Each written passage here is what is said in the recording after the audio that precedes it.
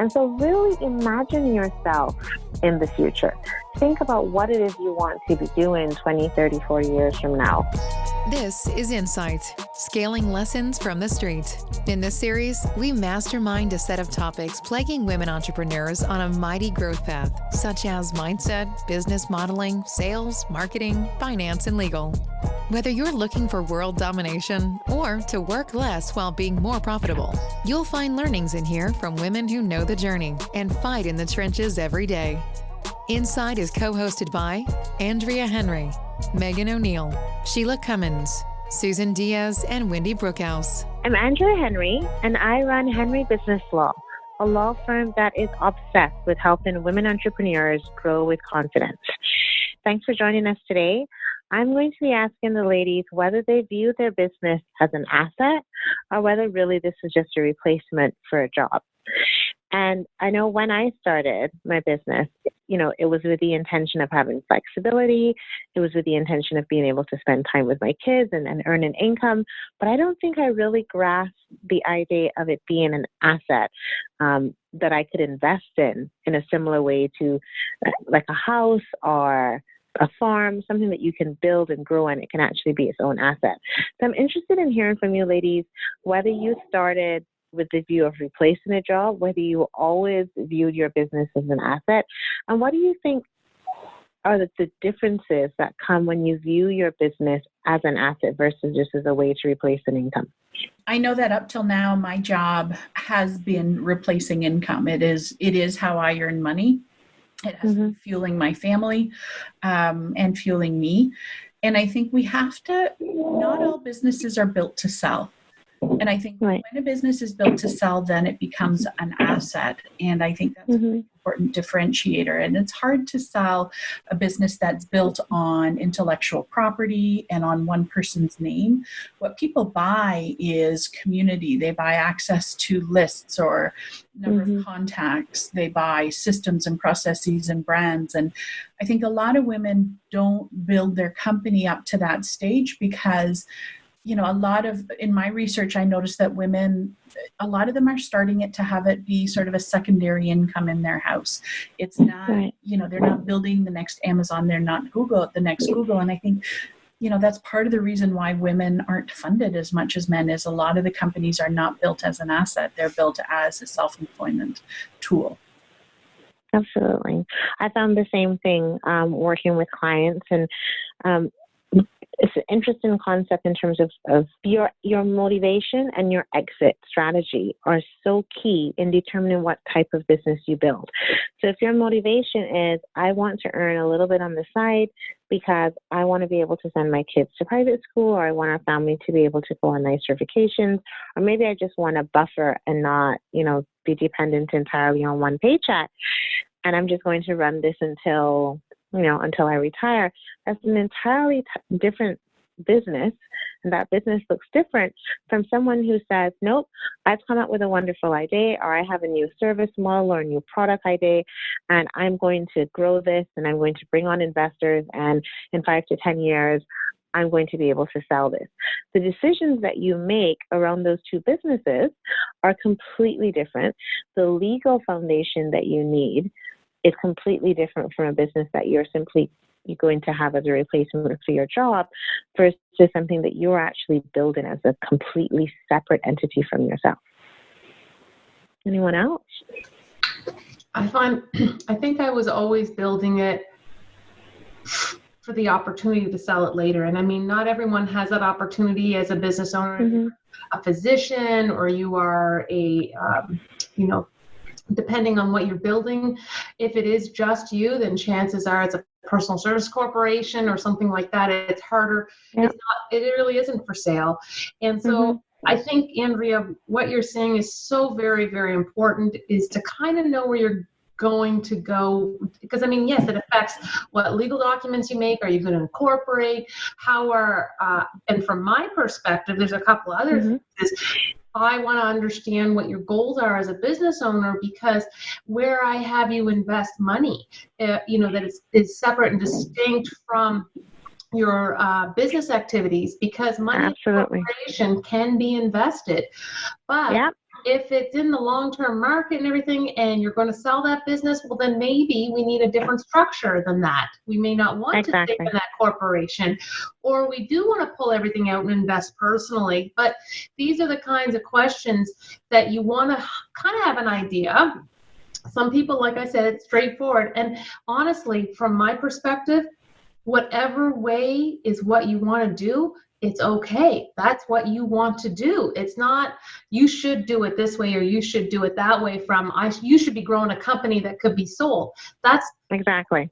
It doesn't have to be that way. It's whatever, it's what you want it to be. But understanding that means that other professionals that are interacting with you are able to provide better advice about what to do for the long term because of that. That's so well put, Wendy. Thank you. Susan, any insights? How do you view it? Yeah, I think that in the last year and a half or so, I've certainly spent some time educating myself about what needs to change in my business in order to make it more of an asset. Because yes, the medium to long game for me as a business owner is that this is it. I've put all of my eggs in this basket, if I may. It's not like, as you know, as an immigrant, many of you know my story. As an immigrant, I came here and I had to choose where the money was going to go. So, you know, often the path that many people take is buying themselves real estate and then investing in other properties. And that was not the path. And I was quite clear about the fact that I was going down the intellectual property path. Not that I understood what that even meant. But I guess what I've taken trouble to do is to build that infrastructure. Like the asset is not worth anything unless that infrastructure is clearly laid out. So whether it's systems or whether it's doing things like, you know, investing in an ongoing podcast that we've made a marketing property of our choice and put money into it. And there's a value to that in terms of what it's brought back into our business, and sort of the templates that we've created out of it. So, you know, things like that I find are now more matter of course in my decision making and in the way that I structure the company for the next 5 years or so. Absolutely. Megan? Yeah, it's very interesting what you're talking about. I mean, I think that thinking about my business, I think that changing my model even has been a bit of a challenge for me initially. I've been working the same way for a really long time, and I just had a very micro way of looking at things. And I think I always envisioned myself working one-on-one as I do as a service-based person, until I just didn't even have a retirement end in my, I didn't even have retirement in my mind, because I think I have this old belief based on how my family is that you just work really long, like work is your purpose. Work gives you purpose in your old age. So I think I got stuck in that mindset. Yeah.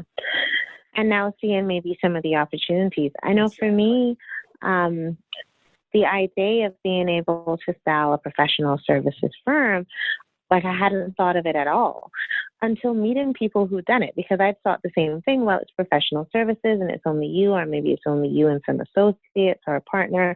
How do you sell it?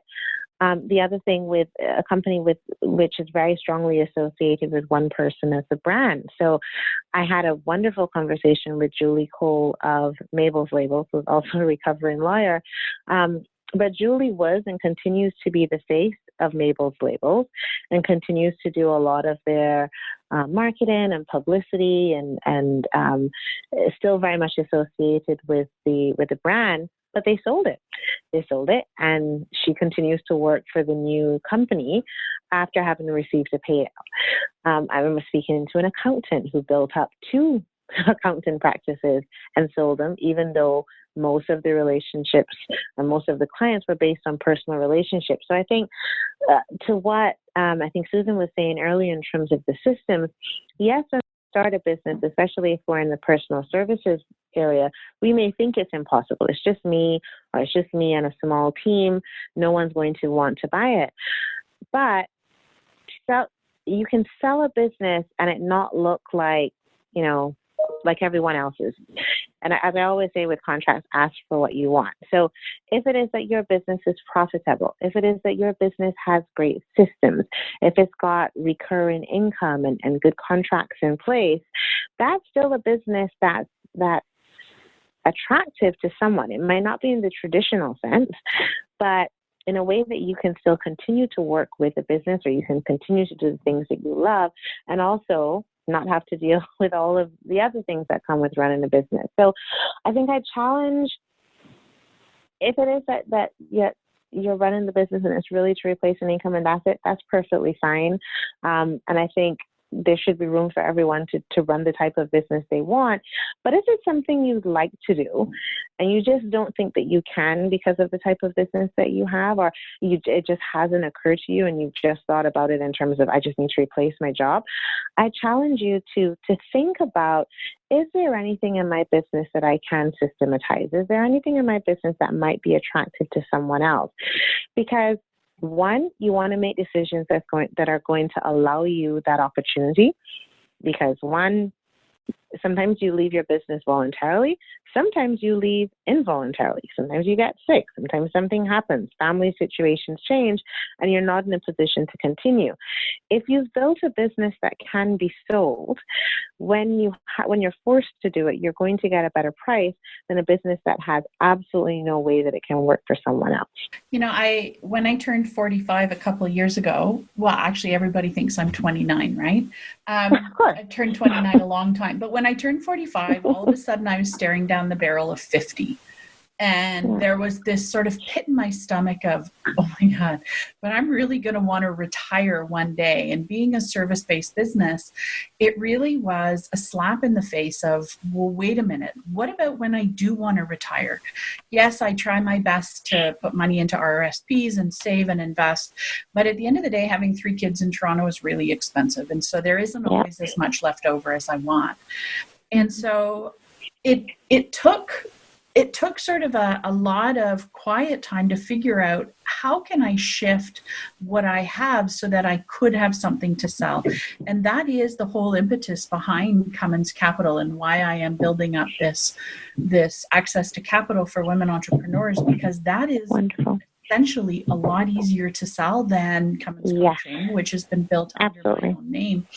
But at the end of the day, that's my birthday present in the 50s, is to be able to sell Cummins Capital. Like that's the retirement, Andrea. And you know, I think I challenge the listeners to look at their business and ask about that exit strategy, because we have to know where we want to end, because that does, to your point, all of your points dictate what structures and processes you have in place. It's going to impact your branding. It's going to impact your marketing, what it is that you sell, how it is that you deliver. And there's a fabulous book by John Warrilow, Warrilow, I think it is. And it's called Built to Sell. And it's a fabulous, light, easy read, but it looks at the different elements that you need to have in place and processes so that you have something that is sellable. And I think if you combine that with someone like you who can put in all the legal structures so that you've got something, you know, that you can really put on the market later, that would be, I encourage the women to have a think of that. Thank you so much for sharing that resource, Sheila. That is an awesome book. And I think I'm glad that you shared, because it's true. In its current iteration, your business might not be conducive to being sold, but maybe a part of your business can be, or maybe something that's in line with your values and your mission statements of your existing business can be turned into essentially a side business or a new iteration of your business that can be sold. I think it's just really important to understand what it is that you want out of your business and then work to suit, as opposed to getting to 60 and 65 and then going, now what? I love that, Andrea. It's Wendy here. You're talking my language right now. When it comes to the planning piece, sometimes I work with clients and I say, you know what, let's make the sale of your business bonus. So that way you're not relying 100% on that if possible, just because right now it's a great market, but where will it be when we go to retire? I don't know. That's right. So eliminating that element is good. And I'm going to do a plug for you, Andrea, in the sense that I have successfully exited and I have successfully sold assets of my business. And I'm going to tell you right now, if there's anyone else involved with you, if you have a partner, if you have anything, and you don't have a shareholders agreement, you could be in for a world of hurt at some point along the way.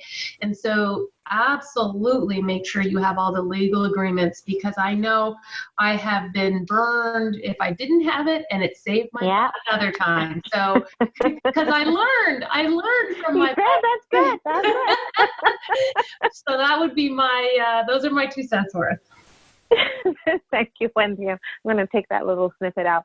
Absolutely. If you are somewhat off topic, but if you are running a business with someone else, it is really not a question of when, but if disputes are going to arise, and having something clear and really detailed about what happens when things are not so rosy can make all the difference. And it makes a difference in terms of your exit, right?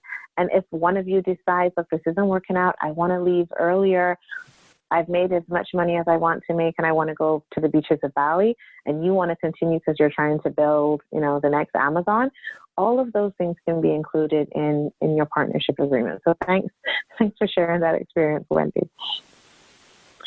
And so just to wrap up, I think it's really important, all of you have said that in terms of the planet. Spend some time with your business. I was reading an article recently that said when people see their future self, when they see a computer-generated version of their older self, they put away twice as much money for retirement as the control group that hadn't been shown that vision. And so really imagine yourself in the future. Think about what it is you want to be doing 20, 30, 40 years from now, and how is what you're going to do in your business today and the plans that you're going to put in place today, how is that going to support the life that you want to live in the future? Thank you for listening to Insight. If you enjoyed listening, do us a solid and leave us a review. It helps keep us motivated to put our time into producing episodes of value. Thank you.